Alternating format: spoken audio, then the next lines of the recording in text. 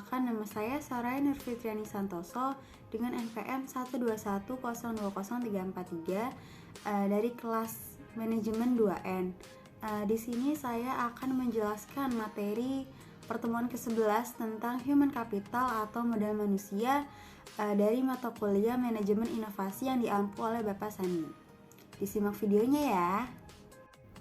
Human Capital atau bisa disebut dengan modal manusia. Arti dan pentingnya human capital. Istilah human capital pertama dikemukakan oleh seorang ekonom bernama Theodore Schultz yang berpendapat bahwa peningkatan kesejahteraan pada perusahaan tidak tergantung pada tanah, peralatan, energi, sumber daya, melainkan pada kompetensi pengetahuan dari pegawainya.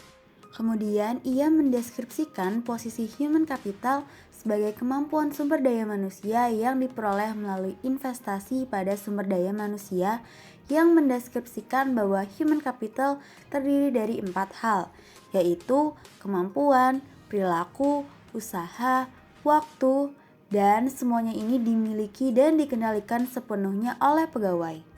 Untuk mendeskripsikan human capital sebagai kombinasi dari keempat faktor tersebut sebagai berikut. Yang pertama, karakteristik atau sifat yang dibawa pada pekerjaan, misal inteligensi, energi, sikap positif, keandalan, dan komitmen. Yang kedua, ada kemampuan seseorang untuk belajar, yaitu kecerdasan, imajinasi, kreativitas, dan bakat. Dan yang terakhir, motivasi untuk berbagi informasi dan pengetahuan, yaitu semangat tim dan orientasi tujuan. Selanjutnya ada peran human capital. Yang pertama ada sebagai kunci keunggulan organisasi. Kunci keunggulan organisasi terdiri dari 3 kelompok utama dari aset perusahaan, yaitu yang pertama ada aset finansial, misalnya uang tunai dan surat berharga. Aset itu disebut financial capital. Yang kedua ada aset fisik, terdiri atas peralatan, gedung, dan tanah. Dan yang terakhir ada aset tak berwujud, berupa modal organisasi, aliansi bisnis, pelanggan merek, reputasi, dan modal intelektual. Selanjutnya ada peran human capital yang kedua, yaitu hubungan kompetensi karyawan dengan human capital. Dalam meningkatkan kompetensi karyawan, tantangan utama yang harus diperhatikan yaitu kompetensi harus sesuai dengan strategi bisnis dan kompetensi perlu diciptakan melalui lebih dari satu mekanisme.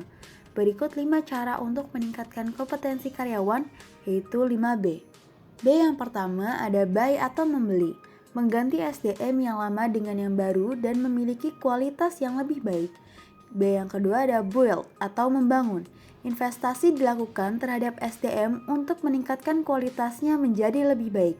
B yang ketiga ada borrow atau meminjam, penggunaan konsultan atau part efektif memungkinkan berbagi pengetahuan dan desain kerja baru. B yang keempat ada bounce atau melambung. Perusahaan harus mengeluarkan karyawan yang bekerja di bawah standar. Dan B yang terakhir ada bind atau mengikat. Mengikat karyawan jangan keluar merupakan tindakan kritis pada semua tingkatan. Slide selanjutnya ada transformasi peran divisi SDM. Model konseptual yang dikemukakan oleh Ulrich menggambarkan bahwa transformasi divisi peran SDM yang didasarkan pada 2 dimensi utama, yaitu dimensi operasional dan yang kedua ada dimensi strategi. Selanjutnya ada peran SDM.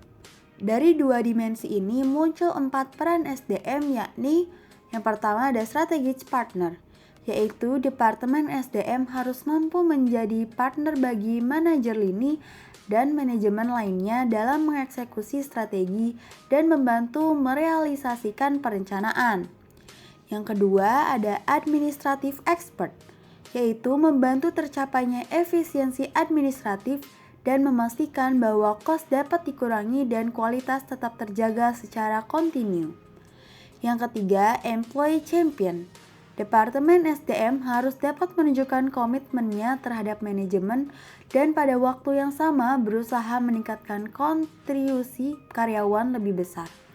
Dan yang terakhir ada change agent. Departemen SDM harus dapat menjadi agen perubahan yang kontinu, membantu proses-proses dan kultur secara bersama, meningkatkan kapasitas organisasi untuk lebih baik. Slide selanjutnya yaitu mengidentifikasi human capital. Dua hal yang mendukung kontribusi investasi human capital ke dalam perusahaan.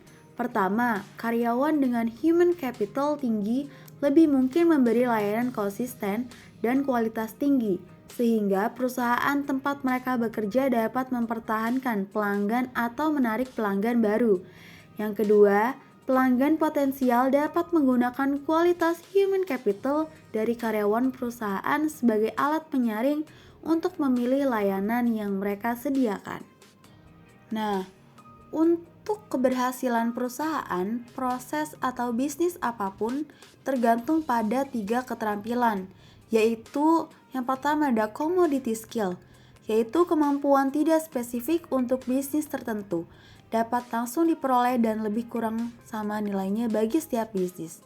Misal kemampuan mengetik dan kemampuan komputer. Yang kedua ada leverage skill, yaitu pengetahuan yang meskipun tidak spesifik untuk perusahaan industri, tetap relatif lebih berharga bagi perusahaan tertentu daripada perusahaan lain. Misal, programmer di bank berbeda nilainya dengan programmer di perusahaan komputer. Dan yang terakhir ada proprietary skill, yaitu pengetahuan spesifik bagi perusahaan, misalnya hak paten dan merek. Sekian presentasi saya hari ini. Jika ada kurangnya saya mohon maaf yang sebesar-besarnya. Semoga apa yang saya sampaikan berguna untuk diri saya sendiri dan banyak orang pada khususnya yang menonton video ini. Kurang lebihnya mohon maaf.